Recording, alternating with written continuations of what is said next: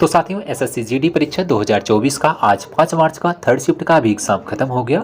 तो साथ ही आज के थर्ड शिफ्ट में जो जो क्वेश्चन पूछे गए सभी क्वेश्चन आज एनालिसिस करने वाले हैं। अगर आपका एग्जाम हो गया है तो साथ ही आप लोग इन सभी क्वेश्चन का अपने मिलान कर लीजिएगा, और जिनका एग्जाम साथी अभी नहीं हुआ है आप लोग एग्जाम देने से पहले सभी शिफ्टों का एनालिसिस करके जाइएगा। अगर आप लोग पहले दिन से आप एनालिसिस किए होंगे तो आपके एग्जाम में साथ ही कम से कम 15 क्वेश्चन आपका पिछले शिफ्ट का आपको देखने को मिलेगा। तो पेपर फ्रेंड्स बहुत ही इजी आ रहा है, आपके क्वेश्चन का रिपीटेशन ज़्यादा हो रहा है, इसलिए साथ ही एग्जाम में जो जो क्वेश्चन आ रहे हैं सभी क्वेश्चन को आप लोग करिएगा। आप लोग एग्जाम देने से पहले एनालिसिस करके जाइएगा, एग्जाम में हेल्प जरूर होगा। और रही बात साथियों कट ऑफ की, तो कट ऑफ इस बार आपका बहुत ही हाई जाएगा, क्योंकि जो लेवल आ रहा है बिल्कुल ईजी लेवल के सभी क्वेश्चन आ रहे हैं। तो 70 से प्लस सभी क्वेश्चन जो है सही सही अटेम्प्ट कर रहे हैं। आप लोग भी प्रयास कीजिएगा कि 70 क्वेश्चन से ज़्यादा सही करने का।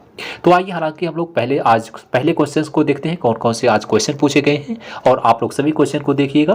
तो साथ ही पहला क्वेश्चन इसमें पूछा गया था कि 2011 में जो क्रिकेट वर्ल्ड कप हुआ था कौन सा देश जीता था। तो आप सब कैंडिडेट इसका आंसर बता सकते हैं कि 2011 का जो वर्ल्ड कप था वो भारत ने जीता था। तो इंडिया इसका करेक्ट आंसर था। भारत ने 1983 में अपनी पहली जीत के बाद 28 साल के बाद अपना दूसरा विश्व कप जो है सन 2011 में जीता था। किस देश को हरा करके जीता था, तो साथ ही याद रखिएगा श्रीलंका को हरा करके जीता था। तो इसमें एमएस धोनी की कप्तानी में जो है भारत ने दूसरा वर्ल्ड कप 2011 में जीता था। तो इसका राइट आंसर आपका भारत करेक्ट था। तो देखिए बिल्कुल इजी लेवल के क्वेश्चन साथ ही पूछे जा रहे हैं। नेक्स्ट क्वेश्चन आपका बिहू पूछा गया, जो कि हर एक आपको शिफ्ट में क्वेश्चन देखने को मिला था। आज पहले शिफ्ट में भी असम से क्वेश्चन आया, दूसरे शिफ्ट में भी असम से क्वेश्चन आया, तीसरे शिफ्ट में भी आपका असम ही जिसका आंसर था पूछा गया था। तो बिहू किस राज्य का लोक नृत्य है, आप सबको पता है असम का है। अगला क्वेश्चन एक पूछा गया साथी कि 2018 का संगीत नाटक अकादमी पुरस्कार किसे मिला था। तो देखिए आपके ऑप्शन पर डिपेंड करता है, आपके ऑप्शन कौन कौन से दिए गए थे। अगर इसमें आपका राधा श्रीधर ऑप्शन में दिया गया होगा तो इसका करेक्ट आंसर होगा राधा श्रीधर को भरतनाट्यम में उनके योगदान के लिए वर्ष 2018 का संगीत नाटक अकादमी पुरस्कार दिया गया था। किस नृत्य के लिए दिया गया था, भरतनाट्यम के लिए दिया गया था, इसको भी याद रखिएगा। अगर आपको फ्रेंड्स इसमें राधा श्रीधर ऑप्शन में नहीं था तो आप लोग ऑप्शन जो है कमेंट बॉक्स में जरूर बताइएगा कि इसमें चारों ऑप्शन आपका क्या क्या दिया गया था। अगला एक क्वेश्चन साथ ही आपका फुल फॉर्म से दिया गया था। अब यहीं से आप देख सकते हैं कि इसका लेवल इजी है कि हार्ड है। एलबीडब्ल्यू का जो है फुल फॉर्म पूछा गया, तो एलबीडब्ल्यू को सबको पता होगा फुल फॉर्म क्या होता है, लेग बिफोर विकेट इसका फुल फॉर्म होता है, जो कि इसका करेक्ट आंसर भी था। अगर आपने भी leg before wicket option choose किया था बिल्कुल करेक्ट है। इसका मतलब होता है विकेट से पहले और विकेट के सामने पाँव में गेंद लग जाए तो आप आउट हो जाते हैं, इसलिए इसे पग बाधा भी बोला जाता है हिंदी में। तो एलबीडब्ल्यू का इसमें फुल फॉर्म पूछा गया। क्रिकेट से साथ ही दो क्वेश्चन आ गया, एक वर्ल्ड कप कब किसने जीता था 2011 का, और एक एलबीडब्ल्यू का फुल फॉर्म पूछा गया।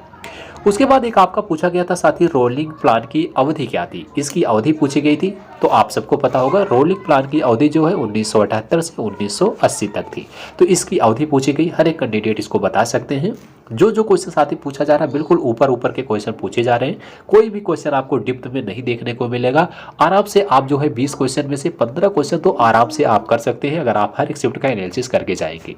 इसलिए साथ ही आप लोग चैनल को सब्सक्राइब करके रखिएगा, हर एक शिफ्ट का जहां आपको एनालिसिस करा देखने को मिलता है, और एसएससी जीडी से रिलेटेड पल पल की अपडेट भी आपको इस चैनल पर देखने को मिलती रहेंगी।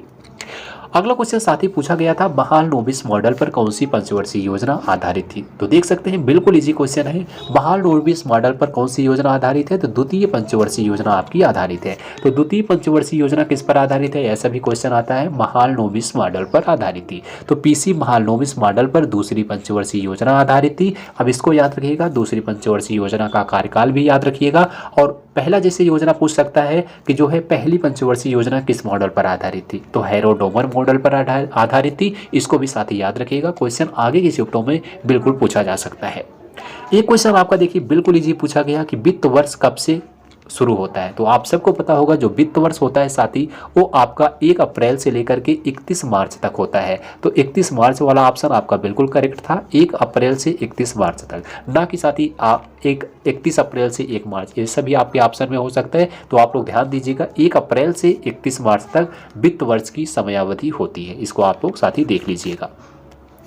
अगला एक क्वेश्चन इसमें पूछा गया कि इनमें से कौन सा मौलिक अधिकार नहीं है। तो आपके 4 ऑप्शन थे, 4 ऑप्शन में आपका 3 मौलिक अधिकार दिए गए थे जो तो आपके मौलिक अधिकार हैं। इसमें से एक आपका संपत्ति का अधिकार भी था जो कि आपका मौलिक अधिकार के अंतर्गत नहीं आता है। तो मौलिक अधिकार के अंतर्गत आपका संपत्ति का अधिकार नहीं आता है, इसको आप लोग याद रखिएगा। साथ ही यही क्वेश्चन पूछा जाएगा कि कौन सा अधिकार नहीं है, तो उसमें आपको संपत्ति का अधिकार चूज करना है। एक क्वेश्चन आया था कि 1951 में कौन सी जनगणना हुई थी। तो देखिए साथी, बहुत अच्छा क्वेश्चन है। 1951 में कौन सी जनगणना हुई थी, इसके लिए आपको पता होना चाहिए कि पहली जनगणना जो हुई थी वो कब हुई थी। तो आपको बता दें साथी, 1881 में जो है पहली जनगणना हुई थी। तो इसमें 1881 में आपकी पहली जनगणना से वहाँ से आप काउंट करेंगे 1951 तक, तो देखेंगे जो है अब 1951 में कौन सी जनगणना हुई। तो देख सकते हैं 81 में पहली हुई, उसके बाद आपका 91 में हुआ, फिर आपका 1901 में हुआ, फिर आपका 1911 में, फिर आपका 1921, फिर 1931, फिर 1941, फिर 1900 आपका 51 आया था। अब यहाँ से काउंट कर लीजिए 1 2 3 4 5 6 7 8वीं जनगणना, यानी 1951 में कौन सी जनगणना हुई थी। तो आपका 8वीं जनगणना हुई थी। आपको बता दें प्रथम समकालीन जनगणना की शुरुआत 1881 में हुई थी। तो प्रथम समकालीन की बात की जा रही है 1881 में की गई थी। वहीं स्वतंत्र भारत की अगर पूछा जाए तो स्वतंत्र भारत की याद रखिएगा, स्वतंत्र भारत की 1951 में हुई थी। तो यही पूछा गया था कि 1951 में कौन सी जनगणना। अगर आपका स्वतंत्र भारत पूछा गया होगा तो इसका आंसर साथ ही आपका पहली जनगणना आंसर होगा। देख लीजिएगा, अगर आपके ऑप्शन में समकालीन पूछा जाएगा तो आपका 8वीं होगा, अगर पहली स्वतंत्र भारत की पूछी जाए तो 1951 होगा। दोनों क्वेश्चन को आप लोग ध्यान से समझिएगा।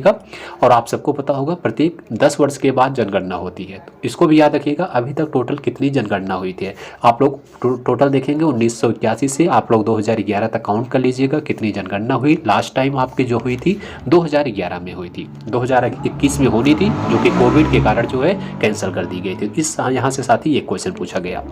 आगे क्वेश्चन एक पूछा गया था शिलालेख किस भाषा में है। तो शिलालेख की अगर हम बात करते हैं, अशोक के अधिकांश शिलालेख प्राकृत भाषा में थे और ब्राह्मी लिपि में थे। अशोक के शिलालेखों में प्रमुख शिलालेख, लघु शिलालेख, स्तंभ शिलालेख शामिल हैं। तो इसमें कहा गया था किस भाषा में है, तो ये आपका प्राकृतिक भाषा में था। तो आपका प्राकृत भाषा इसका करेक्ट आंसर होगा। अगर इसको पूछा जाए कि अशोक के शिलालेखों में प्रमुख शिलालेख कौन सा है, तो इसको भी याद रखिएगा, लघु शिलालेख और स्तंभ शिलालेख थे। एक क्वेश्चन साथ ही आपका पूछा गया, मौर्य काल कब से कब तक था। तो मौर्य काल का जो है शासनावधि पूछी गई थी, कब से कब तक थी। तो याद रखिएगा मौर्य राजवंश या फिर मौर्य साम्राज्य, इसका जो शासन काल था साथ ही 332 ईसा पूर्व से 185 ईसा पूर्व प्राचीन भारत का एक शक्तिशाली राजवंश था। मौर्य राजवंश ने कितने वर्ष तक पूरा राज्य किया था, तो 137 वर्ष तक। इसको साथ ही याद रखिएगा, 137 वर्ष तक टोटल इसका शासन काल था मौर्य काल का। तो यहाँ से साथ ही क्वेश्चन पूछे गए और जो क्वेश्चन हमें प्राप्त हुए थे हमने आपको सभी क्वेश्चन बताने का प्रयास किया। अगर इसके अलावा अगर आप सभी को क्वेश्चन पता है तो कमेंट बॉक्स में जरूर बताइएगा और स्टूडेंट्स को हेल्प मिल सकेगी। तो साथ ही आज की वीडियो बस यही तक। वीडियो पसंद आई हो तो एक बार वीडियो को लाइक जरूर करना और इसी तरह से एसएससी जीडी से रिलेटेड पल पल की अपडेट के लिए चैनल को भी सब्सक्राइब कीजिएगा साथी। और हम लोग जैसे ही आपका एग्जाम खत्म होगा आपको फ्रेंड्स एक आंकड़े के अनुसार आपको कट ऑफ भी बताएंगे, इसकी कट ऑफ कितनी तक जाएगी और आपका इसका रिजल्ट कब आएगा, आंसर की कब आई, सारी जानकारी आपको मिलती रहेगी। तो साथ ही मिलते हैं अगली वीडियो में, तब तक के लिए साथी जय हिंद जय भारत।